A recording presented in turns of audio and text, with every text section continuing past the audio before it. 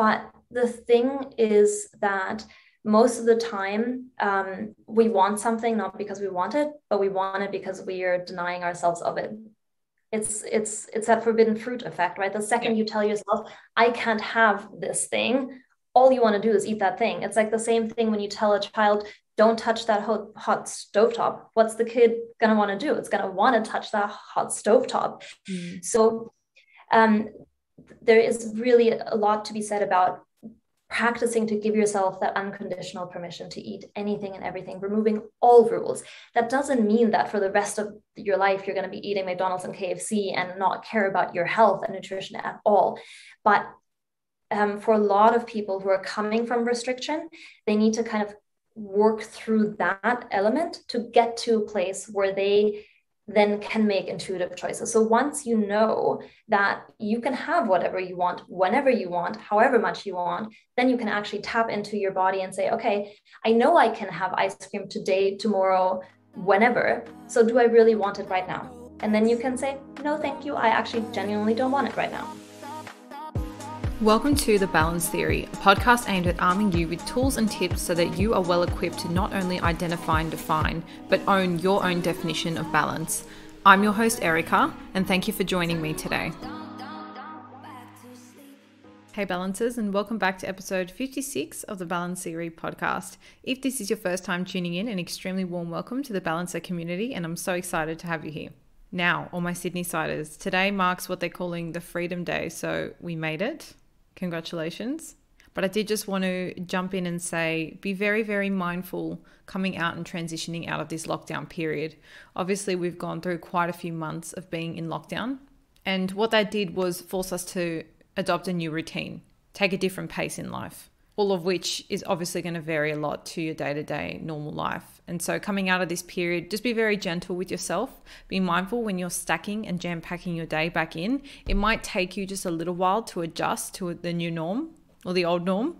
And so I just wanted to remind you to keep in touch with that balance. Have a think about if there's any practices you've adopted over this lockdown period, like your walks or your picnics, things that you'd really like to keep up coming out of this restricted time, just so you don't lose touch with the things that really make you feel balanced. I know we can sit here and go on about all the negative things we hated about lockdown, but in truth, there's probably a few things that you've picked up that you wouldn't have done otherwise. So just keep that in mind.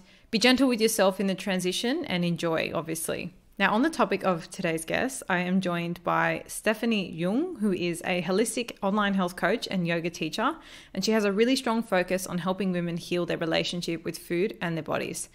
This is really underpinned by an experience that Steph went through herself and something she was very vulnerable and raw with me about on today's show, which I'm super grateful for. So she really takes us back to her own challenges with extreme dieting and binge eating, what helped her overcome it, and most importantly, the biggest lessons that she's learned, which she's now using to help women worldwide. So aside from getting to know her on a personal level, we chat a little bit about what a holistic health coach actually does. So I kind of always saw it as this broad umbrella term. So it was very nice to get a little bit of detail about the work that they actually do. As I mentioned, we talk about a destructive relationship with food and how that creates almost like a double life, and then the kind of mindset she had to adopt to actually reach out for help. That journey in and of itself is one from self-hate to self-love. And we also talk about the power in finding the right professional to help you along the way. She also introduces this concept, which I've sort of touched on in previous episodes, but one I absolutely love. And it's that you don't fail a diet, it's the diet that fails you. So a really nice concept to underpin our idea of balance. She also shares some red flags of when we may not have food freedom, which is something I found super interesting and made me really think about my own relationship with food. We dive into the fine line between rules and intuition and how sometimes those rules can actually impact our ability to eat intuitively. She shares the forbidden fruit effect and a little bit of a study, which is awesome, and has something really curious to tell us about restrictive eating. Of course, we touch on what balance with diet means, how to use it as a form of self-care, is emotional eating ever healthy, and making a conscious decision to go unconscious with food, which is awesome and a great way to sum up the essence of what a lot of Steph does and talks about is. I know you guys are going to absolutely love today's episode. If you do want to take it a little bit further and potentially work with Steph, you can also find an online course called Discover Food Freedom, which is a 9-week self-guided program to help women ditch toxic diet culture, overcome binge eating, making peace with food and your bodies, etc. I've linked it in the show notes below, and for all our gorgeous balancers, Steph has kindly offered a discount when you use the code Balance Theory, one word, no space, at the checkout. So if you are interested in everything we speak about today, definitely go and check that out, or you can hit up Steph on Instagram or on her website, which are both linked below as well. Just before we dive in, I just wanted to thank everybody who's taken the time to leave a review on Apple Podcasts. It lights up my day every single time I get a new message pop up, or one of you pop up in my DMs as well. So please don't be shy. If you do have a couple minutes to spare and you love what we're doing here at the Balance Theory, I would really appreciate if you left your thoughts, shared some love with the world on what we're doing, and help us grow our ongoing community. So thank you so much for choosing to spend your time with me. Let's dive straight in. Today, I am joined by the lovely Stef Jung. Welcome to the Balance Theory podcast. It's so nice to have you. Likewise, really excited to be here today. Yes, and so you're from Melbourne. So talk to me a little bit about what it's been like. I mean, I can't imagine being in my, 8th lockdown you guys are up to now? Yeah, I think it's number 7. It honestly, we have all they all lost merge track. into one. Totally. To be honest, the first couple ones I genuinely didn't mind all too much. I've actually realized I get some of my best work done in lockdown. Like I was really productive. I was in a good routine. And I'm also a bit of an introvert actually. So I really didn't mind it that much. This last one though has really gotten to me. I had a couple of weeks where I was just so done with it, completely over it. And kind of let myself go emotionally as well. I wasn't doing all those things that I usually do that I know make me feel good. And so then I felt even worse and it kind of spiraled. And so that was a bit of a rougher one compared to the previous lockdowns, but I feel like I've now, recommitted to the things that I know do me well and have pulled myself out of that one and now just up and forward. Absolutely. Well, I don't think your experience is unique there. I can definitely say that like during the lockdown that we're going through now in Sydney, like I definitely found myself letting go of my routine, but I think that's just a part of adapting to it. So for anyone listening, I feel like those moments do come and go in life. And if you need to recalibrate or whatever, especially in moments like this, which are so strange in the course of our lives, you kind of got to go with the flow. But sending you guys all big love down there. I've actually had all my last 3 guests from Melbourne. So yeah, I can only imagine how it's been on your end. But talk to me a little bit about the work you're doing now. Maybe for our listeners that haven't seen you before, maybe they're not engaged with you on socials. Talk to me a little bit about who you are and what you do. Yeah, I would love to. So I'm a holistic health coach and yoga teacher, and I focus on helping women heal their relationship with food and their bodies. So it's very much about unlearning toxic diet culture, overcoming things like binge eating, emotional eating, the restriction side of things, and ultimately really making peace with food and your body so that you don't have to 24/7 constantly obsess about it. For me, that's food freedom, not having to worry about it, think about it. It's just you eat and then you move on with your life, and it's not that big of a deal. So that's what I focus on. Beautiful. And so I have a couple of questions. The first one is, what does a holistic health coach do? So what can people expect, I guess, if they were to work with you or of the work you do? Yeah, good question. So it does really vary depending on what people niche into and focus on. So, you might have some health coaches who specialize in gut health, or who might specialize in skin health or hormonal health. The path that I've chosen is emotional eating, intuitive eating, helping people overcome disordered eating. And really the reason why I decided to get into that line of work is because I struggled with this for such a long time.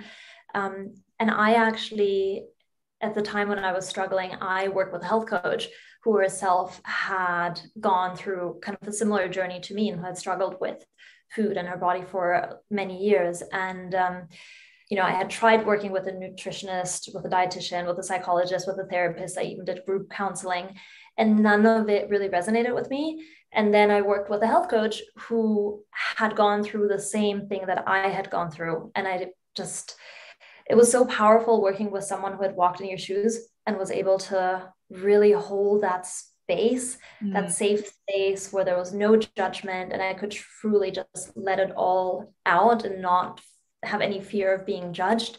And that was so, so powerful for me that that's why I decided I want to go into this and give back to other people who are now struggling with these things that I struggled with 10 years ago. Yeah, that's beautiful. And I always love hearing people's stories when their line of work has come from something that they've gone through. And I think you come from such an authentic place because you can really relate with where your, say, clients are coming from. So I absolutely love that. And I would love for you to share a little bit about your, I guess, your existing or past destructive relationship with food. And the reason I'm particularly interested, and now I want to preface this, I don't think I had an extremely destructive relationship with food, but I did have a period of quite heavily restricted eating.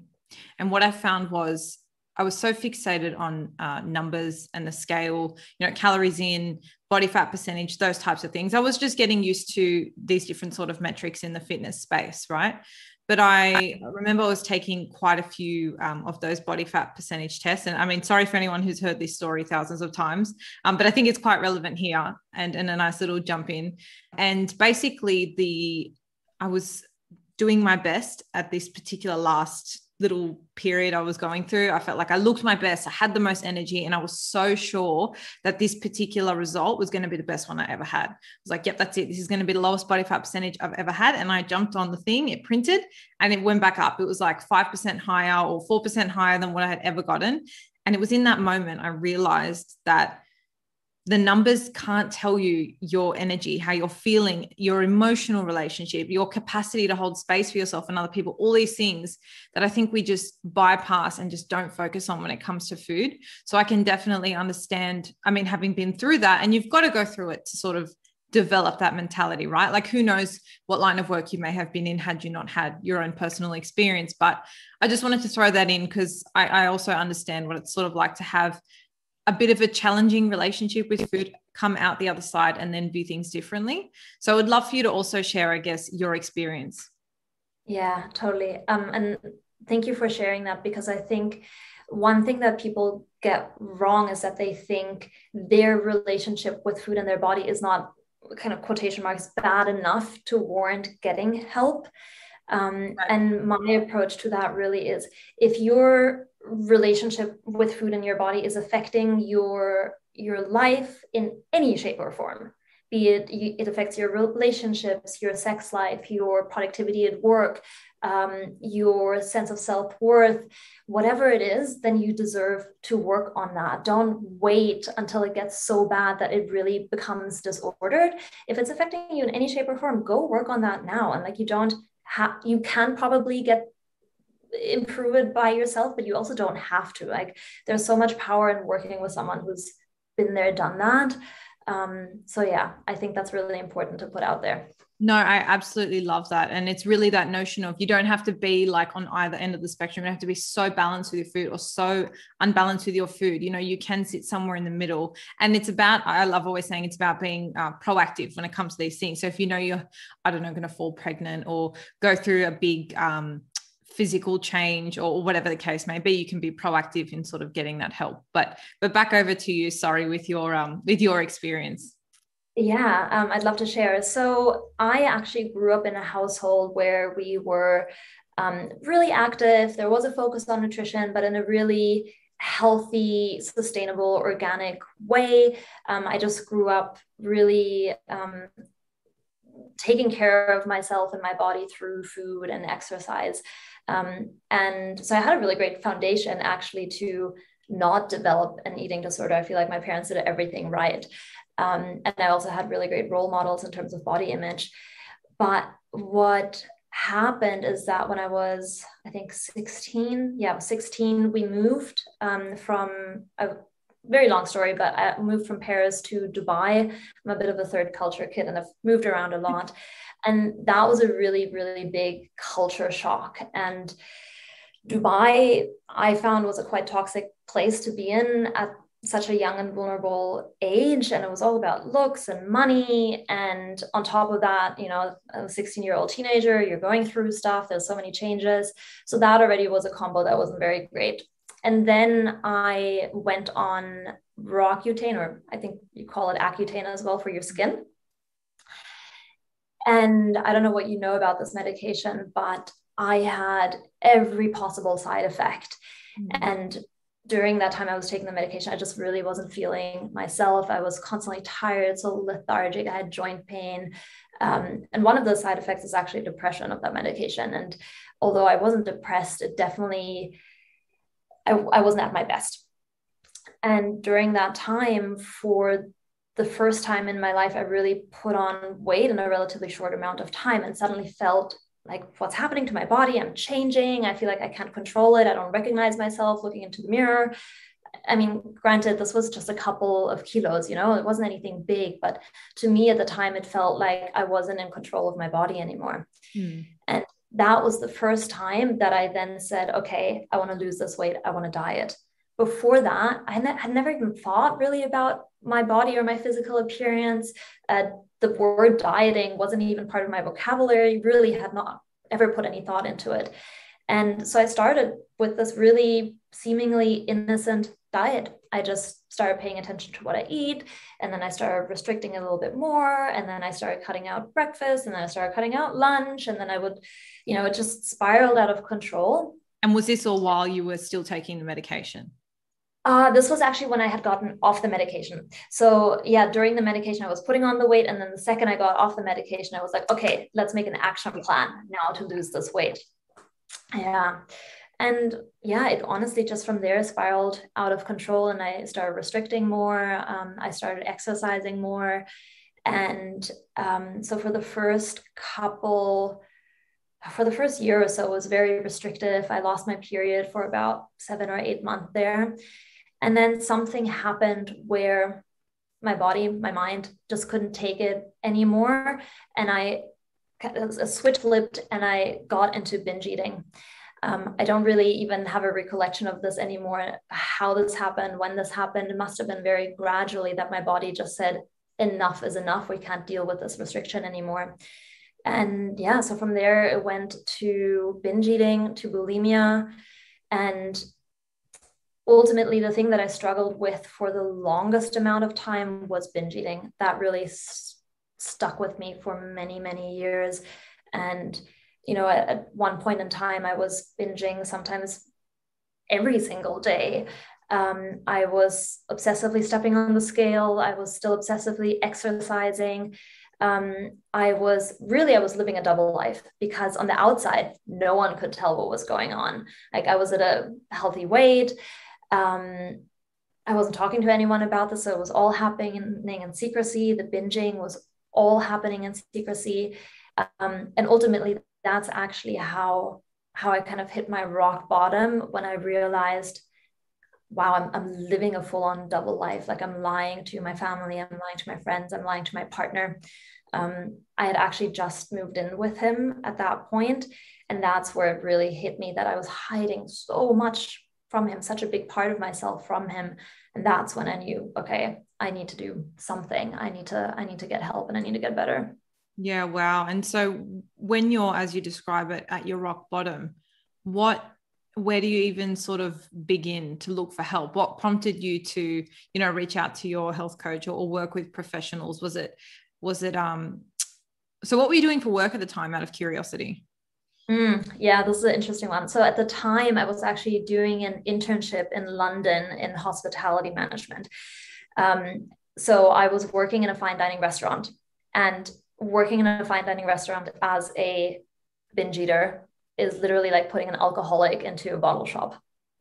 I was surrounded by food 24/7, and I felt like I had no control. And I would, if people didn't touch their dessert, I would eat that leftover dessert, like the praline and all that stuff. Like, it was crazy. It was the worst place for me to be at that point in time. So I was really, really struggling with that. Yeah, wow. I can only imagine. And the reason I'm interested in sort of asking the question is, I wonder what it takes, like from a mindset point of view, to reach out for help once you're in that point. Do you think it was the fact that you felt you were just hiding so much from your partner and you wanted to just be more open with him there? Or did you maybe make some efforts to educate yourself? I'm very curious to know how you turn that around for yourself. Yeah, it's a great question. I do think the catalyst was realizing that I was living that double life and that I was hiding all these things from my partner. And before then, I had, already tried to do things here and there, but still with the completely wrong mindset. Um, I remember actually one of my journal entries said, okay, I need to lose the weight first, and then I can fix my relationship with food. That was my approach at the time. I knew that that something there wasn't right, and I needed to work on my relationship with food, but I was still so desperate to lose weight, and had such a distorted image of myself that I thought I can't do that until I lose weight. But I just, it was just like I kept banging my head against the wall and kept doing the same things over and over again, and they didn't get me anywhere. Every Monday I said, I'm not going to binge again. And then Monday afternoon would come around and I'd have a binge. And, I even, this came up the other day where I thought back to it. I even would keep wrappers from my most recent binge and keep them almost as like a memorabilia and say, okay, this is the wrapper from the last binge I'm ever going to have. And then that lasted for 24 hours and I was back to the same thing. So yeah, I just got to a point where I realized I can't do this by myself. I'm living a double life and I do not want to keep going like this. And my first step was actually talking to my partner, opening up to him. And then I called my parents, which at the time, we weren't in the same country. So it was a conversation via Skype, I think at the time.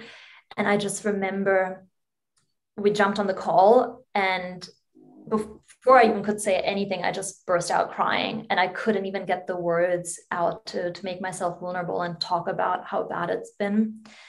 But then the very first thing that I did, which is actually, yeah, now in hindsight, I'm like, interesting. I went and bought a journal and I just started writing about how I was feeling and what was going on, and kind of accepting myself, hey, this is something that's not quite right here and I want to work on this. And for me, binging was very much pushing down my emotions, like making sure they don't come out. So in a weird way, journaling was my way of purging my emotions, getting them out on paper. So that actually was so powerful and was one of the things that helped me the most in my journey. And then, then I started to look for a psychologist. And at the same time, I did also look for a health coach that I could work with online, because I knew I wasn't going to be in London for a long time. So I wanted someone that I could work with remotely.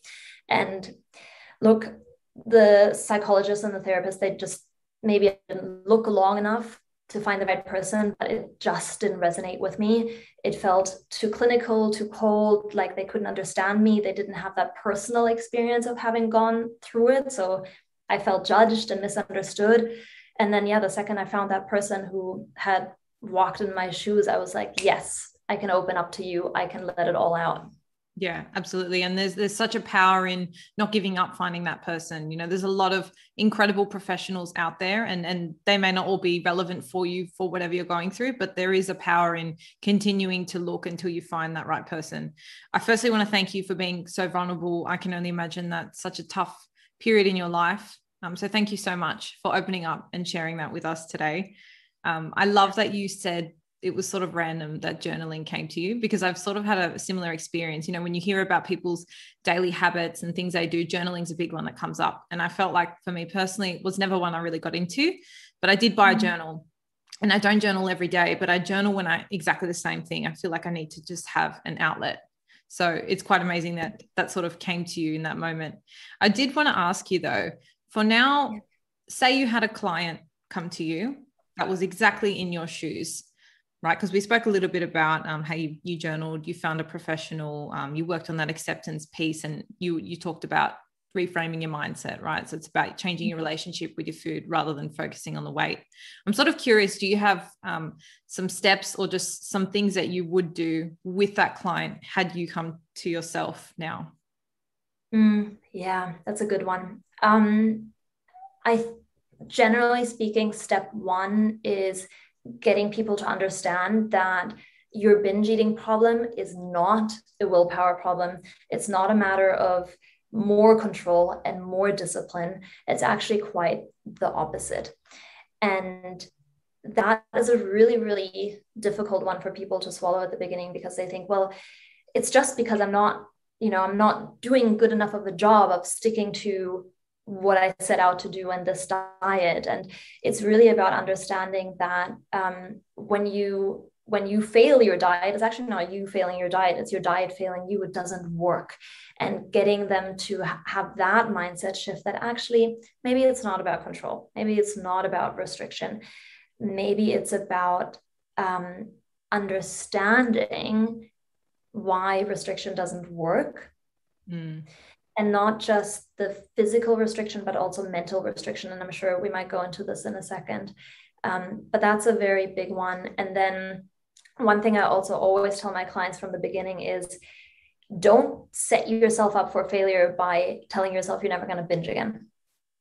Because realistically, chances are that is going to happen again.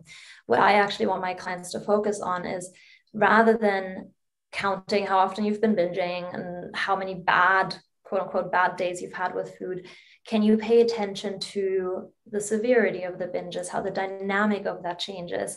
Can you become more conscious of when it's happening? Can you see it happening before it happens, and then build that space between urge and action to give yourself the opportunity to act differently than you normally would? And also, can we work on how you show up for yourself after you've had a binge? Do you sit there hitting yourself over the head with a frying pan, getting really frustrated with yourself and bullying yourself into, okay, tomorrow I have to restrict even more, tomorrow I need to make up with it by going for a long run? Can you actually show up with a bit more compassion and self-care? And ultimately, the big one for me is, what's the nugget of wisdom there in the binge? What can you learn? Why did that happen? What were you feeling? What were you maybe unwilling to feel? My big thing is, we either win or we learn, but we never fail. So binge isn't a failure, but can you learn something out of it? Yeah, that's beautiful. I've said that so many times on the podcast. So that's a big green tick of approval for me. I love what you just said about how it's not that you failed the diet, it's the diet's failed you. And I kind of have a similar philosophy. It's that your life shouldn't fit into a diet. Your diet should fit into your lifestyle. And I think if we draw this out of the, say extreme of a binge eater or any other really extreme sort of condition, shall we say, I think if you're just looking at someone like we were talking about before, who may not have the extreme red flags, I think there's still probably a couple telltale signs when you're trying too hard to box your life around a diet. So I know you spoke a little bit already about what food freedom is, but I guess I wanted to ask you, what are some red flags when it comes to people who don't experience food freedom, whether that is on the extreme side or something a little bit more subtle, but is still a little bit concerning? Yeah. Gosh, there's so much to go into there, but I'll give you a couple. Your top ones. Yeah. I think a good one to start with is, do you have rules around food, like no carbs after a certain amount of time in the evening? I can only have breakfast if I've worked out. All those little rules that you make for yourself, if they're not serving you and they're actually more often than not backfiring, that to me shows, okay, maybe there's something to look into there. Another one is, how connected or disconnected are you with your hunger and fullness? A, are you able to hear your hunger? Are you able to hear your fullness? But B, are you able to honor that and respect your body? Can you respect when you're full and stop? Or there may be certain elements at play that stop you from stopping, and you actually eat to a point where you're overly full. So maybe that's because you've got a diet mentality, and you're, let's say you're having this amazing pizza, you're a couple slices in, and you know you're full, but you don't want to be. Like, you know you're full, but you want to keep going. Then you can look into, okay, why is that happening? Maybe it's happening because a pizza for you is a kind of bad food, you label it as a bad food, and you think this is my one-time opportunity to eat this because as of Monday, it's off-limit food. I'm not allowed to eat it anymore. Then of course, it makes complete sense that in that moment you would eat every last slice because you know that in a couple of days' time you're not going to be allowed to eat it. So that's, for example, a diet mentality or a rule that you have that actually ends up backfiring in the long run. Yeah.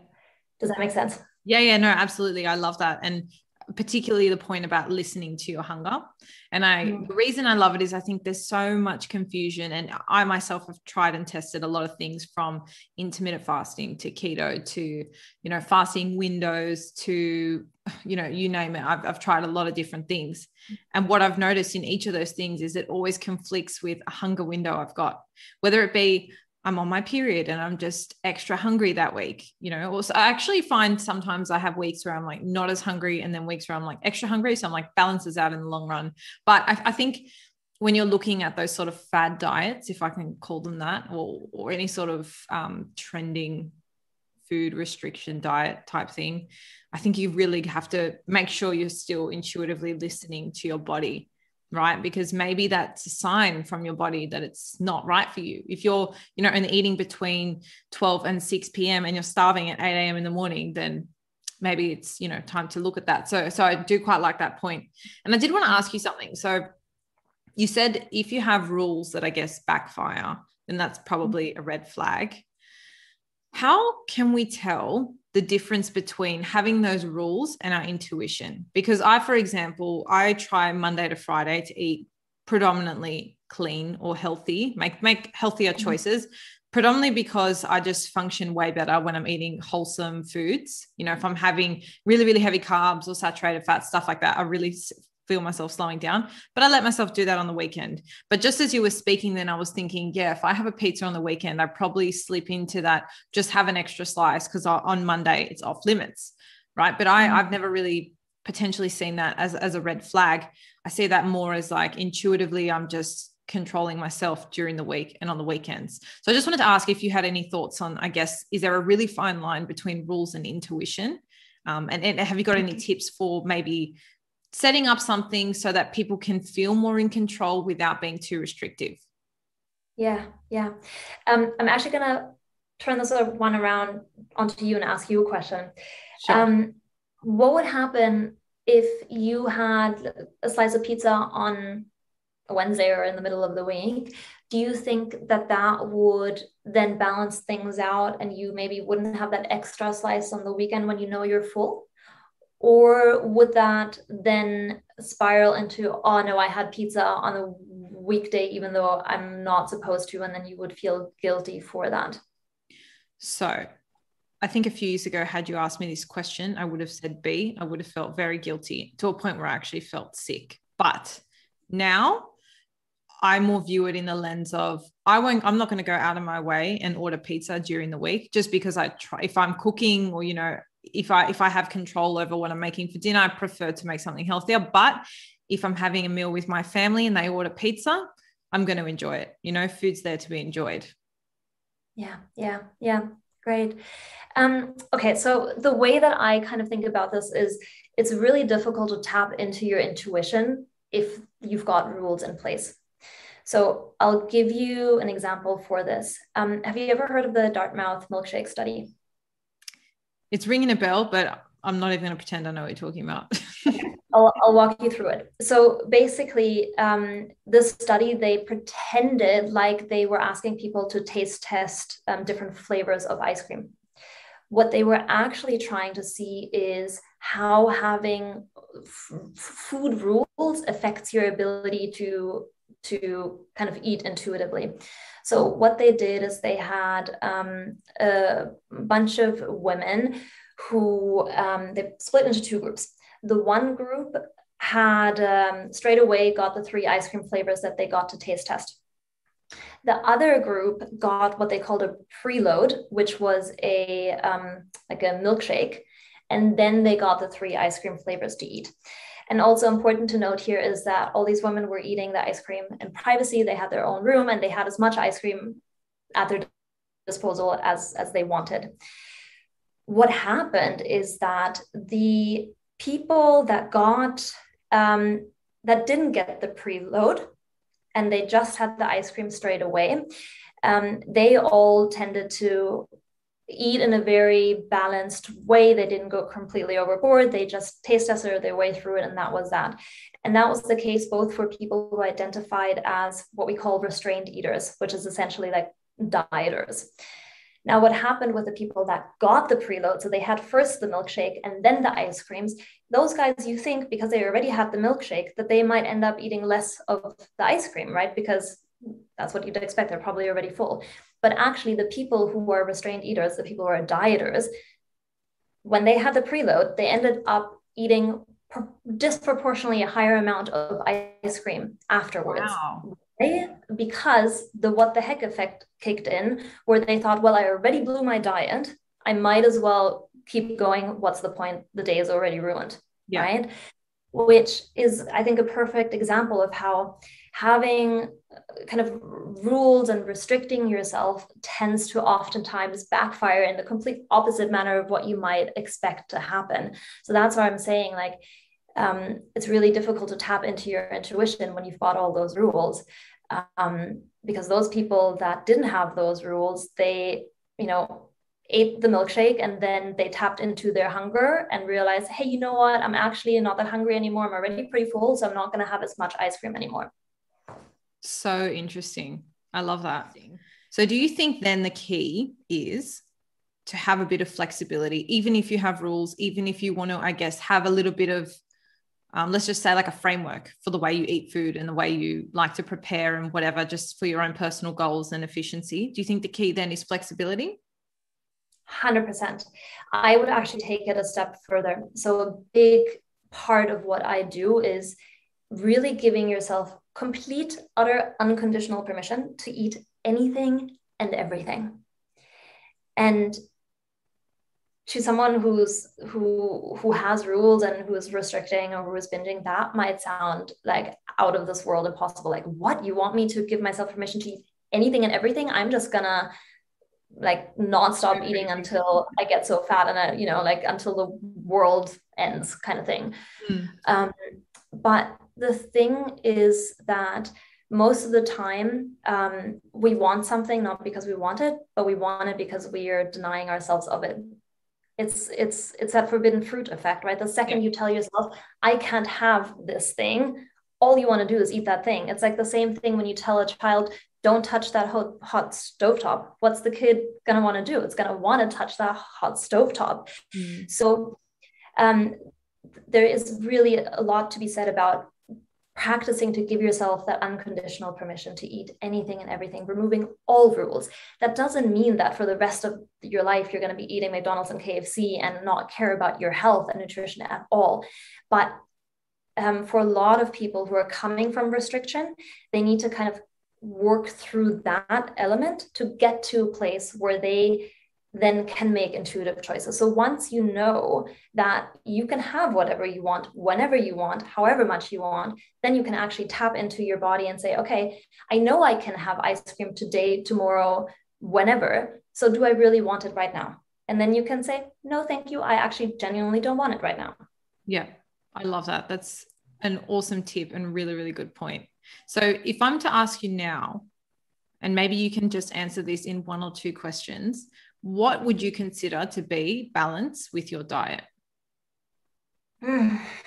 Yeah, this is a really interesting one. And I actually had someone the other day ask me, when you're at your best, how do you eat?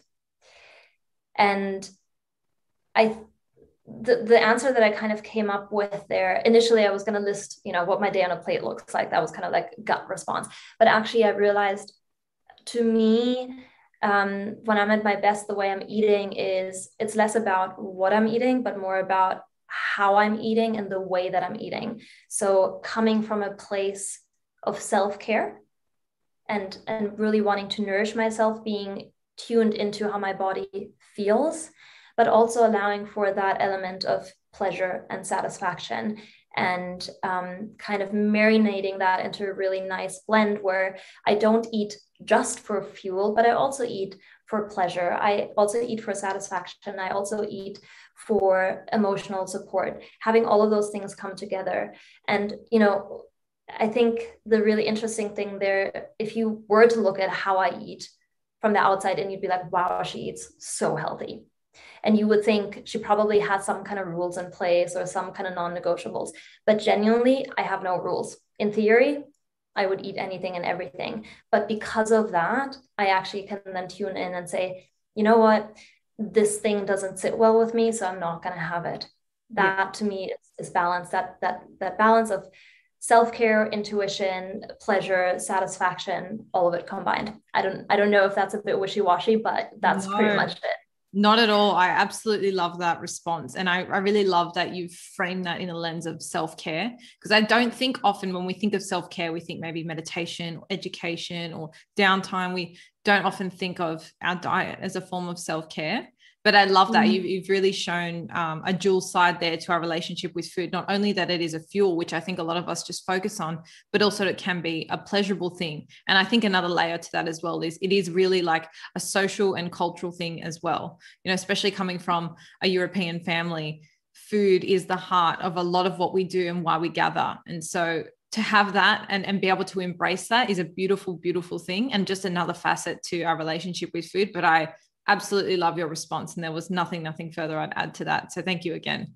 I did want to talk a little bit about now whether emotional eating, right? And I'm happy for you to define what emotional eating means, is ever healthy. I'm more curious from the point of view of, say, as a woman coming around that time of the month, intuitively, I feel like I need more calories, right? And so is that emotional eating? Is that intuitive eating? What are your thoughts? Is that sort of ever a healthy thing to just eat when you feel like it emotionally? Yeah. Love this question. Okay. So my very first thing is emotional eating is not a sin, and there's a time and place for that. And every normal eater, whatever, how we define that, I think there's an element of emotional eating there that's perfectly fine and okay. The way that I think about this is, I love doing this exercise with clients where I get them to create their own self-care toolkit. So they kind of have a paper, a PDF that I provide them with, and it's like in the form of a toolkit, and I get them to put all the tools in there that they have at their disposal to self-care. And I always make a point to say, I want you to add food in there, because there is a place and a time to say, hey, you know what? I've had a long day. I was stressed. I'm really emotional. And I just want to sit here in peace and eat my ice cream. And that's it. And there's a place for that. So I tell people to actually put it in there. The question is kind of twofold. One is, what percentage of your self-care toolkit is food? And, if it's 60, 70, 80%, then yes, maybe we need to look at that. But the other question is also, how do you talk to yourself after you've emotionally eaten? There's a big difference between emotionally eating and then saying, okay, done, I move on with my life, I don't think about it, or sitting there self-loathing, beating yourself up and making yourself feel incredibly guilty for it. Yeah. And the kind of my approach to it is, I sometimes emotionally eat, and that's fine, because I don't attach that morality to it. And secondly, it's a conscious decision. Yes. So I kind of sit there and go, you know what, I'm going to make the conscious decision to go unconscious with this food right now. I just really need it, and that's okay. The difference is, a couple of years ago, it would have then spiraled into a binge, or I would have tried to make up for it the next day, versus now I do it and then I just, move on with my life. Done deal. That's awesome. So anyone listening, what foods can you add to your emotional self-care toolkit? And being, I guess, aware of what else goes into that basket. Do you have other practices for your mental health or your physical health that are not in just food? I think that's a really, really great tip. And then as well, the awareness piece of after you eat, how do you feel? And I love that particularly because I've been on both sides, both the negative and the positive. When I was being so restrictive, like I said to you, if I would eat that pizza, I would feel sick. straight away, even the thought of it would make me sick. And I used to think I was intolerant to pizza. And then when I literally, because my body was like physically reacting, and I noticed that, and I just thought I was intolerant, I sort of put it in that basket. But as soon as my mindset, my mentality, my relationship with food changed, I love pizza now. And, I probably don't stop a slice too early, but it's, I, like you said, it's a conscious decision to go unconscious with it. So I really love that. And I think it's a nice moment for people to stop and reflect on just that awareness piece, like it's not a moment to say, I'm failing because, I always feel guilty when I eat food. I think once you have that awareness, that's when you can start to change practice. Yeah, exactly. And to the point what you said about when you're getting your period or when you've got your period, and obviously you're burning probably more calories at that point in time, so you're more hungry. I think a lot of people, the reason why they eat the way they do when they're on their period is less so because they have that increased metabolic rate, but it's more because they think, well, I'm on my period, so I'm allowed to eat whatever I want. And then they kind of like pig out, right? And it's not in a really nourishing self-care way. It's just we throw up our hands and say, now we can do whatever we want. And I think there's a big difference between that. The kind of question that I always come back to when I'm making food decisions is this choice coming from a place of self-care and self-love, or is this decision coming from a place of restriction or deprivation, or is there some kind of other reason there other than nourishment? And nourishment can mean having that kale salad, but nourishment can also mean having that burger or the pizza. It's more about the mindset behind it than what you're actually eating. Yeah, absolutely. And that's such a simple but effective thing you can do, just to stop before you do something and just consciously think, is what place is this coming from? A place of self-care and love, or self-loathing and hate. And it's so true. Like really often sometimes, or when I was sort of transitioning out of that mindset, I used to think, or I came to the realization of, honestly, like me having this ice cream right now is going to do so much more for my mental health than damage it is going to do to my physical gains, or, the progress I've done in the gym or whatever. Sometimes like the power on your emotions, because, like, and I'm sure everyone listening as well knows that when your emotions out of whack, for me personally, like my digestive system's the first thing to go. If I'm stressed, that's the first thing. I see it straight away. And so sometimes, it comes, you've got to kind of go backwards to look after your physical body. Sometimes it really just rests in the mind first. So absolutely agree with everything you've said there. And I did want to ask you a little bit about the effect of social media on diet culture. And I guess what are your thoughts on the biggest dangers and how people can protect themselves? Because granted, there are so many incredible resources on social media. There are a lot of, really easy access to a lot of incredible recipes and inspiration and those sorts of things. But I also want to talk about, I guess, let's call it the dark side. Yeah. Gosh, I do have a love-hate relationship with social media as well. And there's so much good that comes from it. But yes, absolutely agree. There's a lot of ways that we can misuse it in a really destructive, damaging way. And I do unfortunately see this with my clients all the time, that the comparison on physical appearance, but also very much, oh, this person eats this way, so I should eat that way, and then I'm going to look like that person, right? And there's just so much wrong with that, because bioindividuality, right? We're all different. We all have individual needs. Our bodies thrive off different ways. And even if we all ate exactly the same and we all exercise the same, we still wouldn't all have the same physical body. So there's no point in following what someone else is doing just because it's working for them. And I think the risk there is that, as with diets in general, is that we kind of outsource what we eat to external authorities, to the detriment of actually paying attention to our hunger, to our fullness, and how food feels when we eat it. I was actually just listening to the podcast episode that you did with, was it Rachel Finch? Yes, she spoke about bioindividuality as well. Exactly. And she said something really interesting. She said, every time you eat, it's an experiment. Yes, And I love that too. that's kind of my personal philosophy as well, that eat in many different ways, trial and error, see what works for you. And then you can kind of like, yeah, pick and choose certain aspects from different diet philosophies, but then blend them all together based off how it sits with you when you eat that way.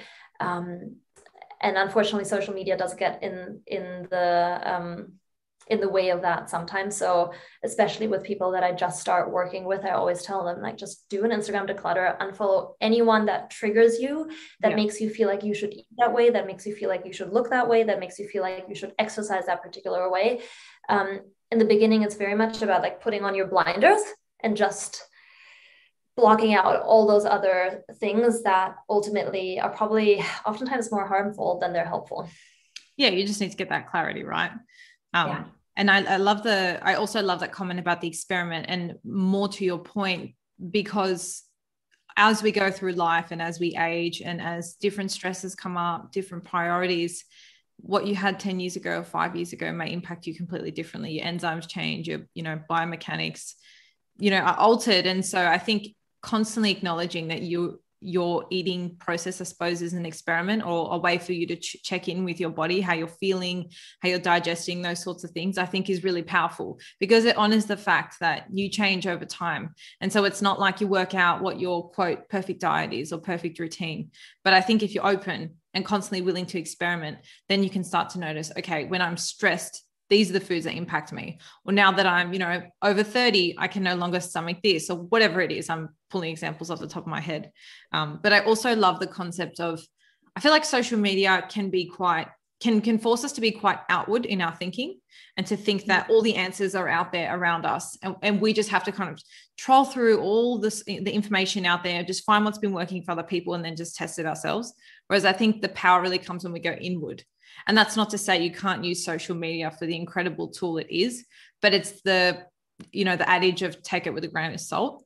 And there's absolutely no reason you can try what somebody else is doing, but it's about coming inward, and really recognizing, does this work for me? Does this make me feel good? Does this fuel me? Does this allow the flexibility that's going to give me that balance with my food and diet? So absolutely agree. And I do think it's a big question of bringing it back inward towards ourselves. Yeah. Amen. Amen to that. So before I let you go, I know we're running short on time. I wanted to ask you something simple. I don't think it would or should have a simple answer, but here it is. What is the perfect diet? Yeah. Such a seemingly simple question, but not at all. I'm sure people are wishing that the answer was simple, though. Yeah. I have spent so many years of my life searching desperately for that right diet, the one way of eating that would tick all the boxes. That's like the holy grail.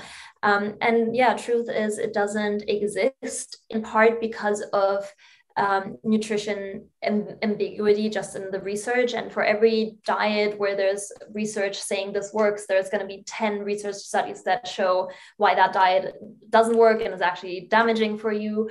And like, there just is no right or wrong, and you searching for that perfect diet, like, you're just going to drive yourself insane. So it really, really does come down to what you just said: going inwards, connecting with the inner wisdom of your body. Every time asking yourself, how does that sit with me? What I just ate, does this give me energy? Does that make me bloated? How is my concentration? How is my sleep? And that's just trial and error, and that's going to take time. And I think, my nutrition journey has been 10 years in the making to get to a place where I have such detailed information available to me as to what works well for my body. Super simple example. Is coffee bad? Yes or no? You can find a million of studies that say yes, a million of studies that say no. What I know for myself is that one coffee a day, generally speaking, works perfectly well for me, except when I'm really stressed and except when I'm on my period. Then I probably reduce it to maybe even just like a half a cup of coffee, or not at all. And that I've just learned through trial and error for myself over the years. So yeah, there is no perfect diet. And we love hearing that on the balance theory, because there is no perfect balance either. It's the same sort of thing. It's, you know, it's a question of trial and error. And once you get it, it's probably going to change. Like you said, like I'm exactly the same. When I'm stressed, I cannot have a coffee because it makes me feel quite anxious. And I acknowledge that. I see that and I respect my body and say, okay, I'm not going to have caffeine today, and topple that over that limit. But yeah, it's a shifting thing. And so I don't think it's one we should be looking to, you know, set in stone and say, this is it, this is the way, this is perfect. I think it's, you know, everything we've spoken about today, bringing in that flexibility, going inward, constantly assessing how we're thinking and feeling. How do you feel after you eat food? You know, all those sorts of things. Do you have food freedom, or did you tick some of those red flags, whether it's extreme or just a little bit more subtle?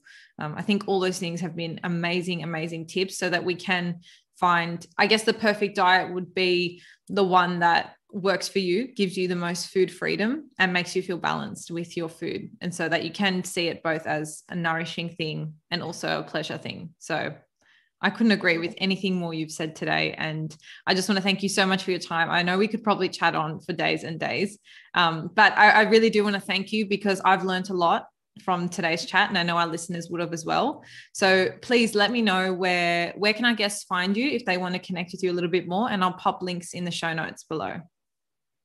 Yeah, fab. So the best way to get in touch with me is probably Instagram. It's wholesome Stef, STEF, so the German way of writing it, or otherwise wholesomestef.com. And there people can find my email address and everything. And at the moment, I'm not offering one-on-one coaching, but I do have an online course that's self-guided for anyone who resonated with pretty much anything that we talked about today. Okay, awesome. And just for anyone who is thinking potentially about looking into the course, what can they sort of expect? Yeah, so it's a 9-week course with the ultimate goal of helping you ditch toxic diet culture, overcome binge eating, emotional eating, and really make peace with food in your body. So pretty much everything that we just talked about and more, so that you can just live your life without constant 24 obsession around food and your body. Awesome. Well, I'll pop links to the website and the Instagram below. Thank you again so much for your time. And I'm looking forward to seeing what your work brings in the next year or two. Thank you. Thanks, Erica, for having me. And that's a wrap for this week, Balancers. Thank you so much for tuning in. I hope you found this episode useful to some degree in either steering or determining your definition of balance today. As always, the biggest compliment for us is if you share this episode with someone who you feel might need it, or if you're on Spotify, you can click follow, or on Apple Podcasts, you can leave a rating or review. If you have any suggestions for up and coming podcasts, feel free to shoot us a DM or an email. Our Instagram is @TheBalanceTheory, and our email is thebalancetheorypodcast@gmail.com. Otherwise, you've always got the option of subscribing to our mailing list. We only send you email reminders when the episodes drop, so you get them fresh out of the oven. No annoying spam, we promise. I hope you enjoy the rest of your week, and until next time, stay balanced.